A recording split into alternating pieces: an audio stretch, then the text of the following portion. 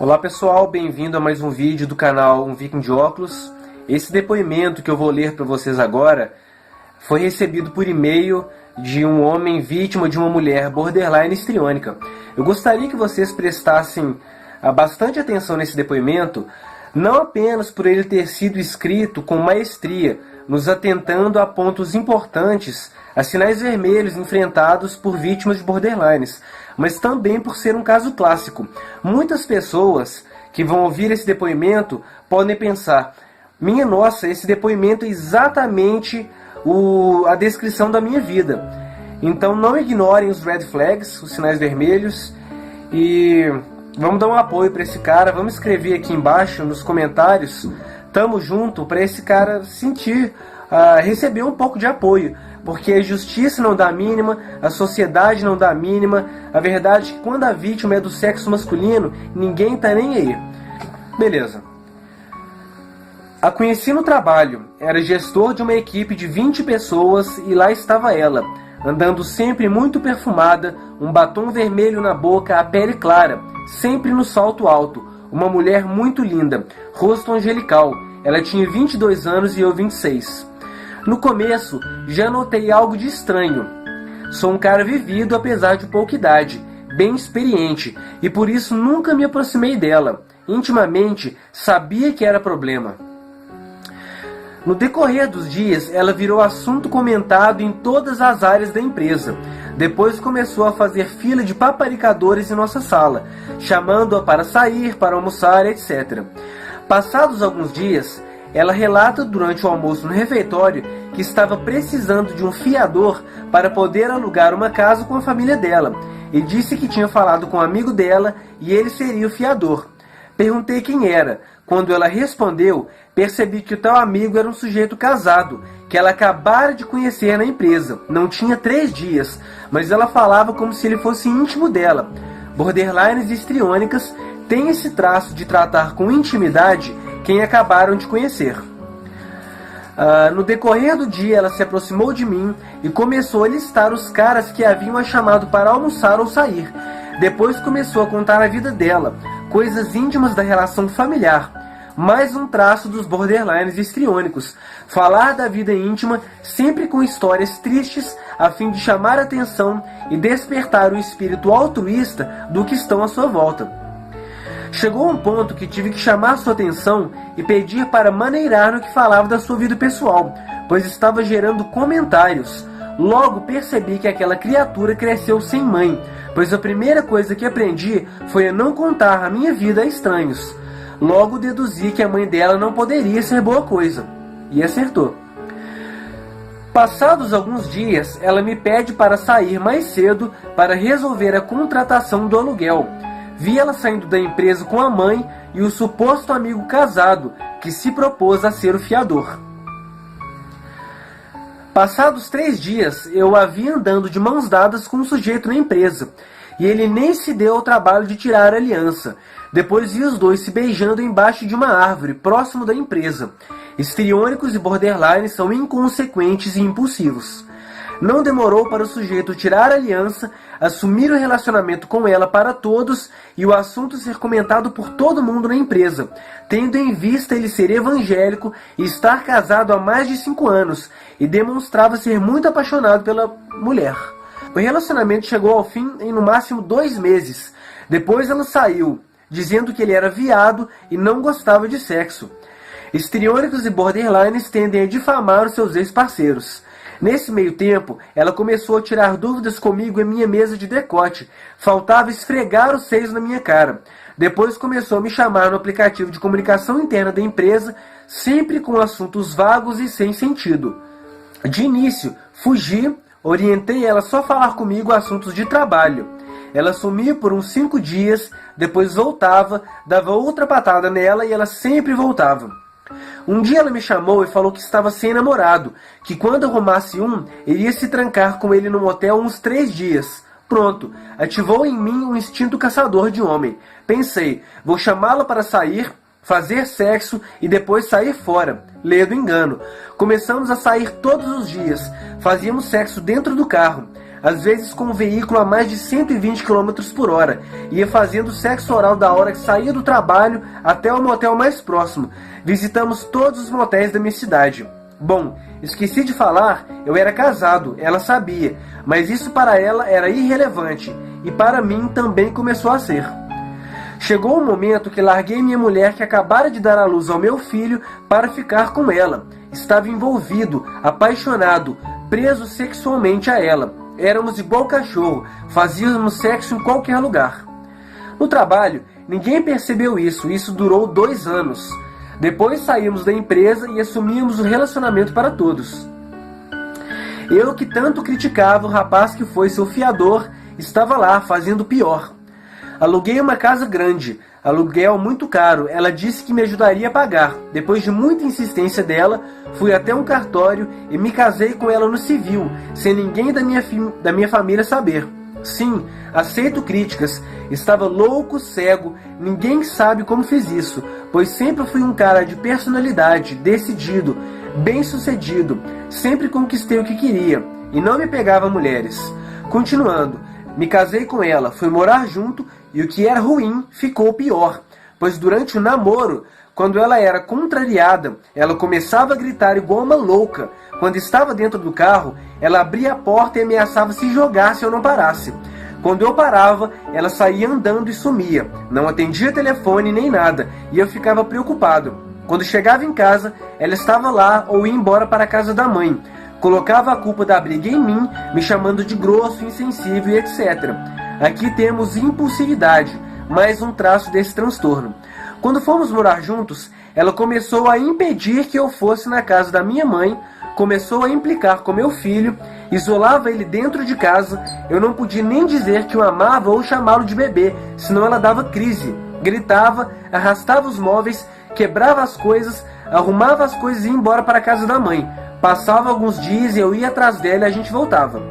A própria mãe me disse uma vez que ela fazia isso como chantagem para eu ir atrás dela, ou seja, a mãe sabia da condição da filha, pois ela também me ligava e me estimulava a voltar com a filha dela. É claro, para se livrar desse pepino, né? E me disse certa vez que só aceitava ela em casa por ser a filha dela, era o jeito. Nesse tempo de casamento, ela foi e voltou mais de 15 vezes. Nas brigas, sempre me ameaçava com a Maria da Penha. Vinha para cima de mim e já chegou a xingar o meu filho de lixo. Eu, apaixonado, ficava puto, brigava, mas não tomava uma atitude firme. E isso só aumentava, e comecei a ter crises de ansiedade e síndrome do pânico. Fomos a um psicólogo, pois ela disse que a minha ansiedade era causada por eu não saber lidar como mulher. Brincadeira, hein, bicho? Fui ao psicólogo para aprender a tratar uma mulher e tratar a ansiedade. Ele atendeu cada um individualmente. Ela falou mal de mim para ele e quando entrei na sala, ele me atendeu assustado. No outro dia, ela disse que eu havia dado em cima dela e falado para ela me largar, pois eu era um monstro. Mais um traço do borderline: mentir e flertar com pessoas de autoridade, professor, médico, psicólogo, chefe, etc. Voltei ao psicólogo para tirar satisfação e ele disse que não tinha falado nada daquilo e disse a ele que não conseguia gostar dela 100%, pois tinha medo de deixar ela sozinha com meu filho e que ela gritava e me acusava de coisas que ela era quem fazia. Projeção. Nessa hora, o psicólogo mandou eu largar dela e disse que quando eu achasse uma mulher que valesse a pena, eu iria gostar e me entregar a ela 100%. Foi um tapa na cara, mas eu não confiei no que ele disse. Ela já tinha plantado a semente na minha cabeça de que ele estava interessado nela. Daí deduzi que ele queria que eu a largasse para pegá-la. Me sentindo culpado pelas brigas na relação, comecei a agradá-la ainda mais. Ela disse que não estava se sentindo bem, queria pintar o cabelo. Dei a ela R$300 para ela pintar o cabelo de loiro, paguei a academia e íamos juntos. Ajudei a pagar a faculdade dela, arrumei emprego para a mãe e para as 2 irmãs. Passei a ser mais frio como meu filho. Podem me xingar, eu mereço. Abandonei amigos, família, mesmo todos me alertando que eu estava cego e em uma grande furada. Só acreditava nela. Mas nada do que eu fazia era suficiente. Ela sempre queria mais e me acusava de ser grosso, insensível, que nenhuma mulher iria me aguentar, que meu filho era um capeta e que eu iria arrumar alguém para tratar ela igual uma princesa, que era como ela merecia. E eu, me sentindo culpado e aceitando aquelas sentenças, quando reagia, ela gritava, quebrava coisas e ia embora. Já me humilhei para ela não ir embora, enquanto o cara do Uber estava na porta esperando. Ela até mandava eu entrar, pois eu estava passando vergonha. Cara, isso é uma puta desgraçada. Ainda bem que você largou dessa mulher. Nessas horas, ela desistia de ir, eu pagava o Uber para ele ir embora, entrávamos no quarto e transávamos loucamente. Ela era igual uma atriz pornô. Muitas vezes as brigas eram interrompidas pelo sexo selvagem e voraz. Ela atuava. As crises de ansiedade continuaram. Procurei outra psicóloga, mas dessa vez fui sozinho. Expliquei a situação a ela e ela disse que achava que eu estava em um relacionamento abusivo. Sem dúvida. A ficha caiu. Eu estava sendo chantageado, humilhado, desvalorizado dentro da minha própria casa, sendo escravizado pelo sexo, abrindo mão da minha identidade em prol dela. Voltei da psicóloga, cheguei em casa, questionei a ela das compras que ela tinha feito, pois gastou R$ 900 para 2 pessoas e não tinha praticamente nada na geladeira. A banana que meu filho gostava de comer, ela não comprou. Disse que no mercado não tinha, mas estávamos falando do extra. Difícil lá não ter banana. Era só uma forma de retalhar meu filho e a mim. Vingativa, né, cara? Sacanagem. Quando ela foi questionada, começou a gritar. Meu filho de 4 anos estava em casa. Ela apontou para ele, disse gritando que já não aguentava mais ser tratado com grosseria, enquanto eu tratava bem o meu filho. Arrancou a aliança e jogou na minha cara. Mais uma vez, ela disse que iria embora. Falei para ela que daquele dia em diante, meu filho não iria presenciar mais nenhuma briga, que ela podia ir embora de vez. Voltei a ser homem. Sem gritar, sem xingar. Comuniquei a ela que iria sair de casa para que ela pudesse ter tempo de pegar as coisas e ir embora sem brigas. Saí. Isso eram 10 horas da manhã. Fui para a casa da minha mãe com o meu filho. Ela não me ligou nem nada. Voltei para casa às 18. A casa estava fechada e tudo escuro. Quando entrei, ela estava lá, deitada na cama. Fiquei calado e comecei a me arrumar para sair de novo. Ela começou a gritar, pegou as chaves do carro e as escondeu. E começou a falar que queria conversar sobre as dívidas, que ela queria saber como ficaria. Na hora da raiva, falei que não queria conversa e a mandei ir embora do jeito que veio, que não precisava do dinheiro dela. Ela disse que se eu saísse pela porta, ela iria embora para sempre. Mesmo assim, achei a chave e saí, junto com o meu filho. Nesse tempo, ela ficou me ligando e mandando mensagens. Depois disse que tinha achado umas fotos da minha ex no PC e que nos veríamos no divórcio. Voltei para casa às 1 da manhã. Ela ainda estava lá, com as coisas arrumadas e muito descontrolada. Começou a gritar. Entrei, deitei em um colchão na sala e ela começou a gritar querendo um documento onde eu abria mão de exigir qualquer quantia dela durante o divórcio. Fiquei calado. Ela começou a me dar tapas e pedir que eu reagisse, mandando-a virar homem, falando para eu honrar minhas calças. Logo percebi a intenção e comecei a filmá-la. Logo, ela partiu para cima de mim e me arranhou no rosto. Reagi. Meu filho correu e se escondeu em um quarto. Tentei segurá-la para ela parar. Ela começou a pedir socorro aos vizinhos. Fiquei sem saber o que fazer.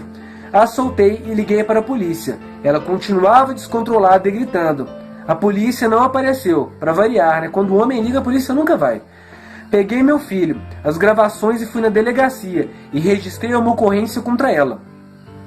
Passados algumas horas, ela foi na delegacia e registrou uma ocorrência contra mim pela Maria da Penha, escondendo fatos e inventando outros, dizendo que era agredida há pelo menos 10 meses.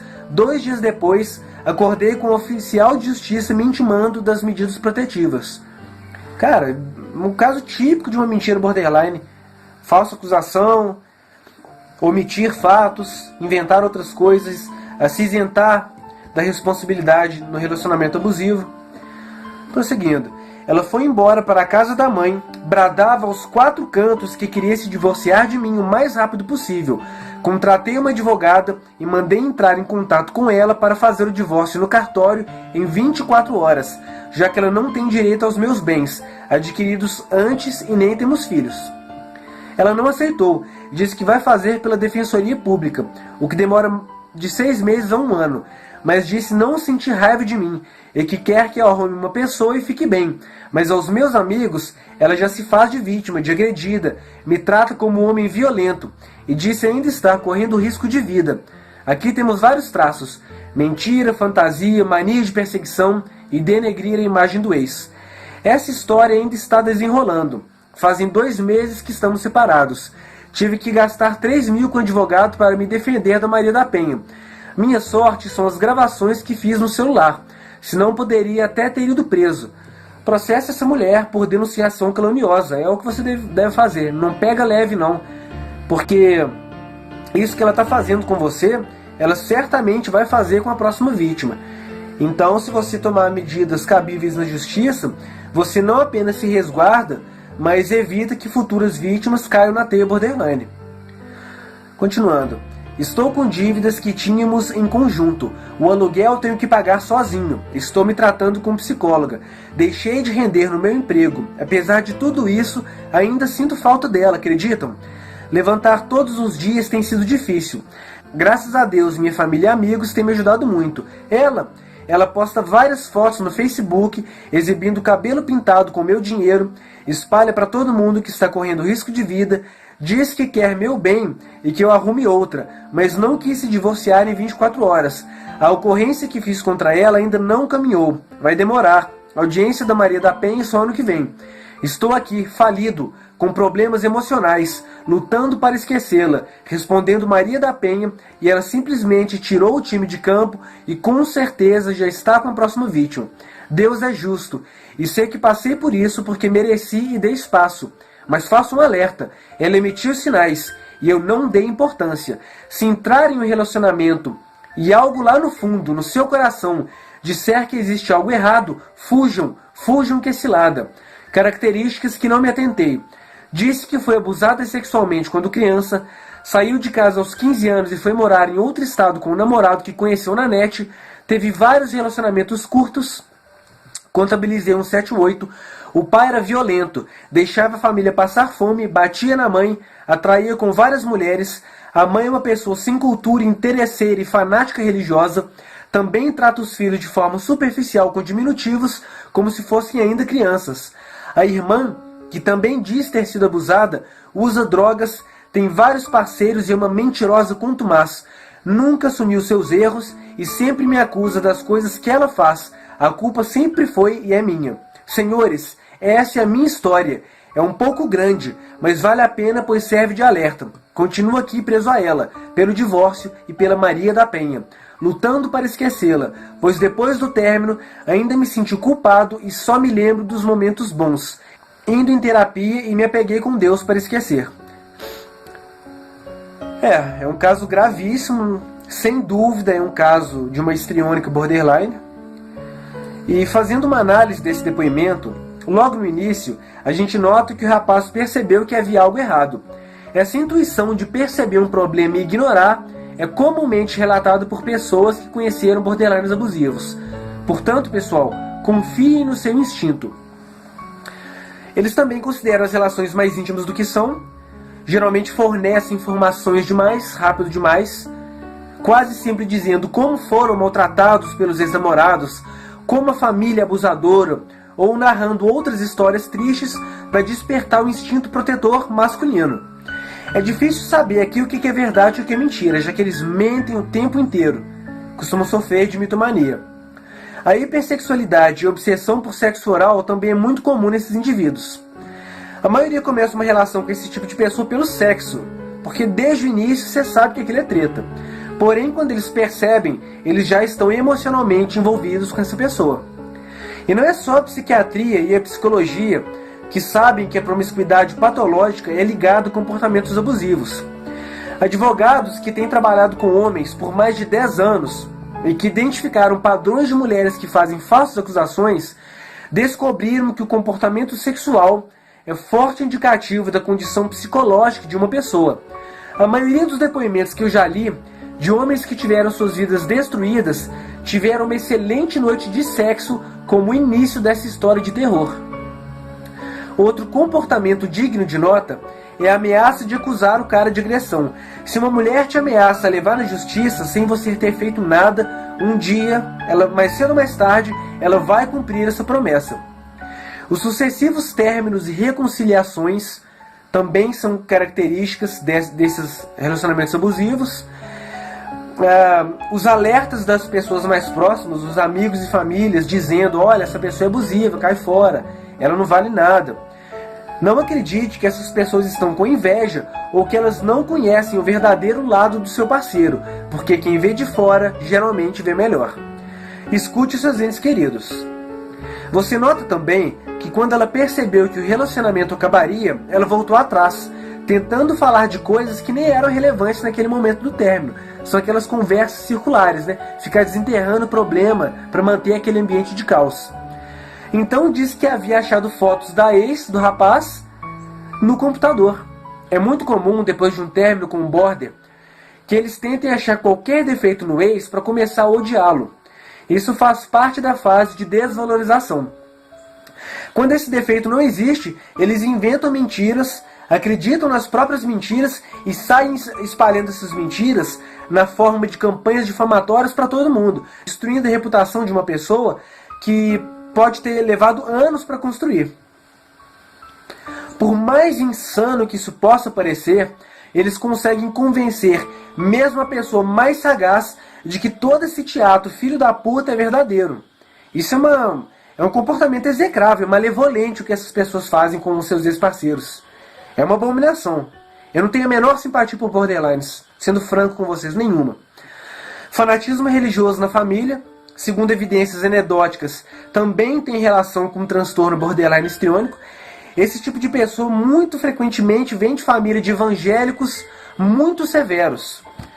A provocação do reage, você não é homem, se chama baiting and bashing. A maioria dos borders tenta fazer o parceiro provocar uma agressão física. Quando isso não funciona, é comum que façam falsas acusações de assédio, agressão ou estupro. Bom, amigo, esse caso que você relatou é precioso, pois é uma história típica de quem teve um relacionamento com borderline abusivo. Além disso, esse relato é muito parecido com relatos que eu vi na minha cidade de Barbacena, e que eu li em fóruns de inglês. A única diferença dos relatos que eu li de pessoas da minha cidade com o seu é que as outras pessoas também relataram episódios de automutilação e bulimia.